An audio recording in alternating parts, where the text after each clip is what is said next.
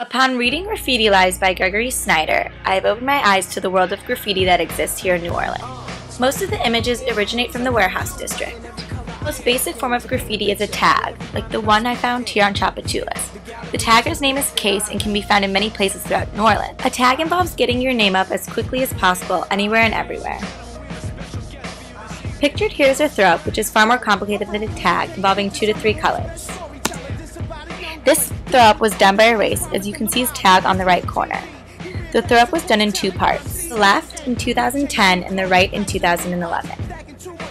The most complicated and complex of graffiti writing is called a piece, short for masterpiece. It involves many components such as 3D art in a multitude of colors and shapes. This style of graffiti is the most challenging to perform, sometimes taking hours to complete.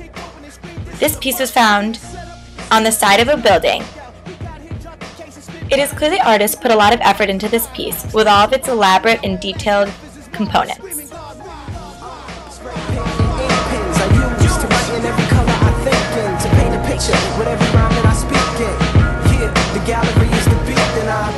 It's important to know that anyone and everyone can do graffiti. Next to the tag that says "still" are the words "only white boy around here." This is evidence that graffiti is not characterized by a single race, age, or gender. Story, open the door and found the bag under the floor. Not a peep while he's working a lot. Get the flame, aim, pop, open the box. The artist Paz can be considered an all-city artist. His name can be found everywhere. He tags, like the one found here on TV, in abandoned school, and on a garbage can found on the corner of Pine and Maple.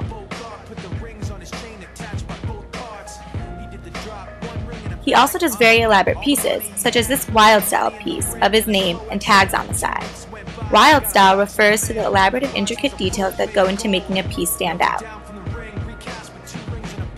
Competition among writers is also very common. This stop sign is an example of how artists will write in the same spot as other artists in competition for the most recognition. This dumpster with Clue tagged prominently after other smaller tags had originally been there. Clue is seeking to have his name most visible. Here, Sign has done a throw-up over an original throw-up done by Temps. Defacing others' work is a huge insult, showing that 2 artists may have beef with one another. People used to write graffiti on trains to gain fame and reputation in other cities. It was the best way to get their name out there. Now the government requires that graffiti be removed from trains. I was able to find this throw-up of Tron on the train technology. More complex pieces emerge. Post-subway graffiti has led to the use of new tools and new, more elaborate techniques. This piece by Harsh is a perfect example of just how elaborate and intricate graffiti can be, even with just letters. Graffiti artists often form groups or collaborate to gain notoriety. It's a perfect example of the unity of writers gives artists even more power and even more fame and achieve more impressive works.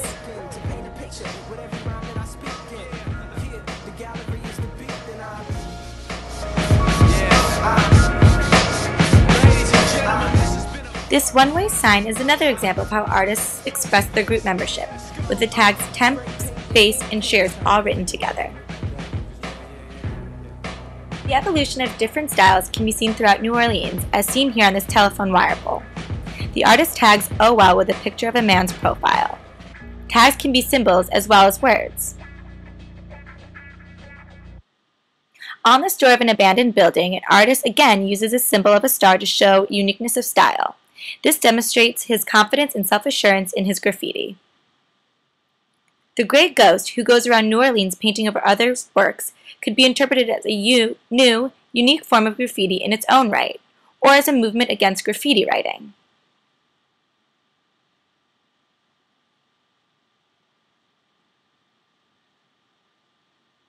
With the development of new styles and techniques, artists are able to draw in more difficult and more dangerous spots. Here, the artist writes Sonar and Swag and is signed with the initials RON and DTB. The high location demonstrates high skill level as the artist had to draw upside down. This will give the artist lots of credibility and notoriety. Graffiti can be used not only for the purpose of attaining fame, but also to send a message. Here, Tard and Evac collaborate on a piece This piece says Magnolia Shorty in recognition of their fellow writer who had passed away. To the left is a picture of a skunk, and to the right it says, "We love you, rest in peace." Graffiti is an indiscernible part of the city and is a culture that will forever continue to evolve.